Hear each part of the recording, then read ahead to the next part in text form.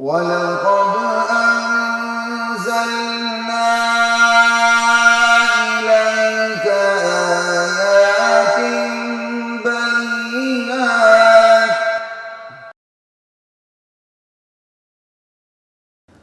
السلام علیکم ورحمۃ اللہ وبرکاتہ. بسم اللہ الرحمن الرحیم، والصلاة والسلام علی رسولہ الکریم وعلی آلہ وصحبہ اجمعین ومن تبعہم بإحسان الی یوم الدین، اما بعد. خواتین و حضرات، مختصر درس حدیث کے سلسلے کے ساتھ خلیق الرحمن آپ سے مخاطب ہے. آج کی حدیث نمبر 1426 ہے، جامع ترمذی کی حدیث ہے. عن سالم عن ابیہ ان رسول اللہ صلی اللہ علیہ وسلم قال. حضرت سالم سے روایت ہے، وہ اپنے والد سے روایت کرتے ہیں، اور حضرت سالم کے جو والد ہیں ان کا کہنا ہے کہ رسول کریم صلی اللہ تعالی علیہ وآلہ وسلم نے ارشاد فرمایا: المسلم اخو المسلم، مسلمان بھائی ہے مسلمان کا.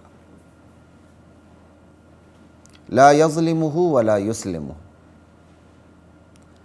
اب اس بھائی پنے کے کچھ تقاضے بھی تو ہیں. صرف تو یہ نہیں کہ ہم بھائی بھائی ہیں نعرے لگائیں اور بھائی مصیبت میں پڑ جائے تو ہم اس کے کام نہ آئیں. اللہ اکبر. اس پہ مجھے قرآن کی کریم کی آیت یاد آ گئی: انما المؤمنون اخوہ. اہل اسلام بھائی بھائی ہیں. اخوہ اخ کی جمع ہے جو سگے بھائیوں کے لیے استعمال ہوتی ہے. عام بھائیوں کے لیے اخوان ہے. اخوہ سگے بھائیوں کے لیے استعمال ہوتی ہے. تو یہاں بتا دیا کہ مسلمان جو آپس میں بھائی ہیں وہ سگے بھائیوں کی طرح بھائی ہیں. ویسے قرآن کریم کی آیت یاد آ گئی تو میں نے آپ کو بتا دیا. مسلمان بھائی ہے مسلمان کا. لا یظلمہ ولا یسلمہ. بھائی اس بھائی پنے کے کچھ تقاضے بھی ہوں گے. وہ تقاضے اللہ کے نبی ارشاد فرماتے ہیں. مسلمان اپنے مسلمان بھائی پہ ظلم نہیں کرتا، ظلم کے پہاڑ نہیں توڑتا. وہ ظلم کر ہی نہیں سکتا اپنے بھائی پر. لا یظلمہ. جب مسلمان بھائی ہے مسلمان کا تو اس پہ ظلم کر ہی نہیں سکتا. اس کی نشانی یہ ہے کہ وہ اپنے مسلمان بھائی کو بھائی سمجھتا ہے تو اس پر ظلم نہیں ڈھاتا. ولا یسلمہ. اس سے بھی آگے کی بات، ارے بھائی ظلم نہ کرنا تو ایک طرف، اس سے بھی بڑی بات یہ ہے وہ اپنے مسلمان بھائی کو بے یار و مددگار، بے سہارا بھی نہیں چھوڑتا.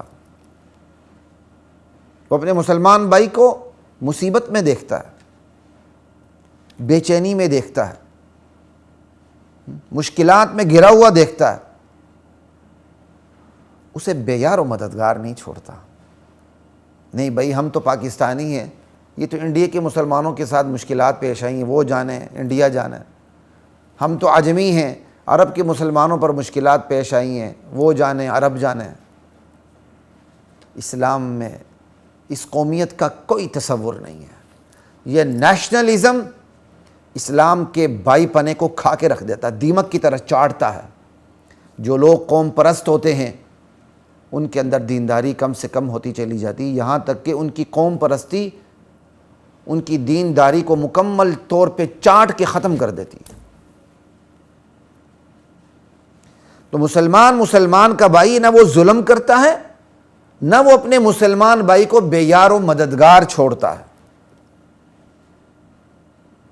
آج یہ میں حدیث آپ کے سامنے بیان کر رہا ہوں، اور ہمارا پورا پاکستان اس وقت سیلاب کی زد میں ہے. اللہ گواہ ہے، ویڈیوز دیکھی نہیں جاتی، بندہ رو پڑتا ہے دیکھ کے. ہر طرف عذاب، سیلاب ہی سیلاب ہے. جنوبی پنجاب کو دیکھ لیں، سندھ کو دیکھ لیں، بلوچستان کو دیکھ لیں، گلگت بلتستان کے اضلاع کو دیکھ لیں. اللہ کے حکم سے اللہ کا پانی بفرا ہوا ہے. اللہ کا پانی بفرا ہوا ہے، کسی کے قابو میں نہیں آ رہا. کس انداز سے، کس وحشیانہ طریقے سے پانی آ رہا ہے. آپ سب لوگ ویڈیوز کو دیکھتے ہیں. لیکن خوش قسمت ہیں وہ لوگ جو عبرت پکڑتے ہیں، جو نصیحت پکڑتے ہیں، جو سبق لیتے ہیں۔ سب کچھ فزیکل لا کے حوالے نہیں کر دیتے۔ یہ موقع نہیں، انشاءاللہ کسی وقت جمعے میں یا کسی وقت اس پہ بات ہوگی۔ کچھ ساتھی ہیں جو اس کو آزمائش سمجھتے ہی نہیں ہیں، بس اپنا ٹیکنیکل فالٹ سمجھتے ہیں۔ کچھ وہ ہیں جو اس کو صرف عذاب سمجھتے ہیں، ٹیکنیکل فالٹ کوئی سمجھنے کے لیے تیار ہی نہیں ہے۔ ہر قسم کے لوگ۔ اللہ اپنے بندوں کو آزمائش میں ڈالتا ہے، اللہ اپنے بندوں کو سزا بھی دیتا ہے چکنا کر کے، اللہ اپنے بندوں کو سزا نہیں دیتا، مصیبت میں ڈال کے درجات بھی بلند کرتا ہے۔ یہ جو مصائب آتے ہیں اس کی مختلف وجوہات ہوتی ہیں، اور آج کی نشست اس لیے نہیں کہ میں وجوہات بیان کروں، آج کی نشست اس لیے، صرف اور صرف اس لیے، وجہ جو بھی ہو ان وجوہات کو ایک طرف رکھتے ہوئے، ہاں قرآن کریم جو وجوہات بیان کرتا ہے کہ قومیں مشکلات کا شکار کیوں ہوتی ہیں، ان پر ضرور توجہ ہونی چاہیے۔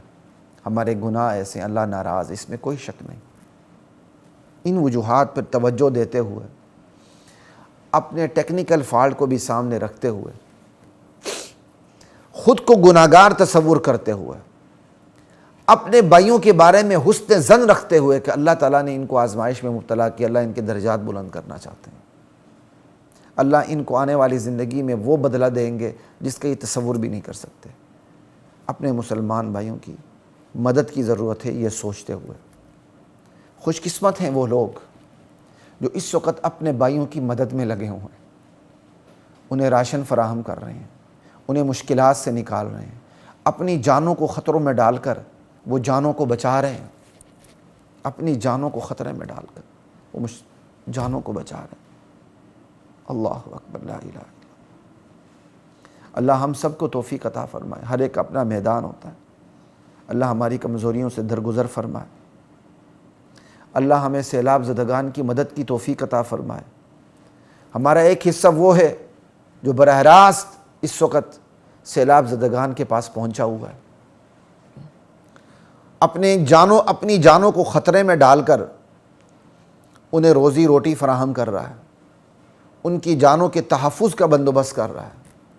ہمارا ایک حصہ وہ ہے جو جا تو نہیں سکا، لیکن انہوں نے اپنے خزانے کے دروازے کھول دیے اور مدد کر رہے ہیں۔ اور ہمارا ایک طبقہ وہ ہے جو اپنی جگہ بیٹھ کر ان کے لیے دعائیں کرتا ہے۔ وہ جا بھی نہیں سکا اور وہ اپنی جیب سے کوئی 2 روپے کی مدد بھی نہیں کر سکے وہ لوگ، لیکن اپنی جگہ وہ دعائیں کرتے ہیں۔ اللہ ان سب کے ساتھ اچھا معاملہ فرمائے۔ جن کی مدد ہو رہی ہے اللہ ان کی بھی مدد فرمائے۔ اور ہم میں سے ایک وہ طبقہ بھی ہے جو خزانے پہ سانپ بن کے بیٹھا ہوا ہے، وہ دینے کے لیے تیار نہیں ہے۔ ہم میں سے ایک طبقہ وہ بھی ہے جو جا سکتا ہے، اپنے ہنر کو استعمال میں لا سکتا ہے، اپنے مظلوم مسلمان بھائیوں کی مدد کا بندوبست کر سکتا ہے، وہ نہیں کر رہا۔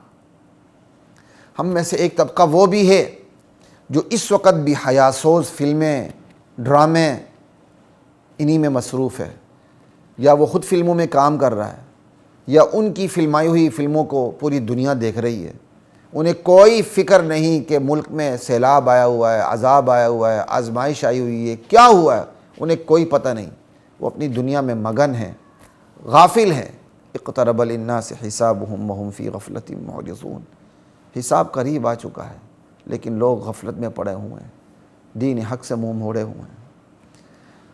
جو ہوش میں ہیں، دامے در میں سخنے وہ مدد کر رہے ہیں، دعائیں کر رہے ہیں، دوائیں کر رہے ہیں، اپنی جانوں کو خطروں میں ڈال کر تحفظات کا بندوبست جانوں کے تحفظ کا بندوبست کر رہے ہیں۔ اللہ ان سب کا بھلا کرے، اور جو نہیں کر رہے ہیں اللہ انہیں ہدایت نصیب فرمائے، اللہ ان کے قلوب سے غفلت کو دور فرمائے۔ حدیث دیکھ لیں، مسلمان کا بھائی ہے، مسلمان اپنے مسلمان بھائی پر ظلم نہیں ڈال سکتا، وہ ظلم نہیں کرتا۔ مسلمان اپنے مسلمان بھائی کو بے یار و مددگار نہیں چھوڑتا۔ وَمَنْ كَانَ فِي حَاجَةِ أَخِيهِ، اور جو بندہ اپنے بھائی کی مدد میں لگ جاتا ہے، کان اللہ فی حاجتی، اللہ اس کی حاجت پوری کرنے میں لگ جاتے ہیں۔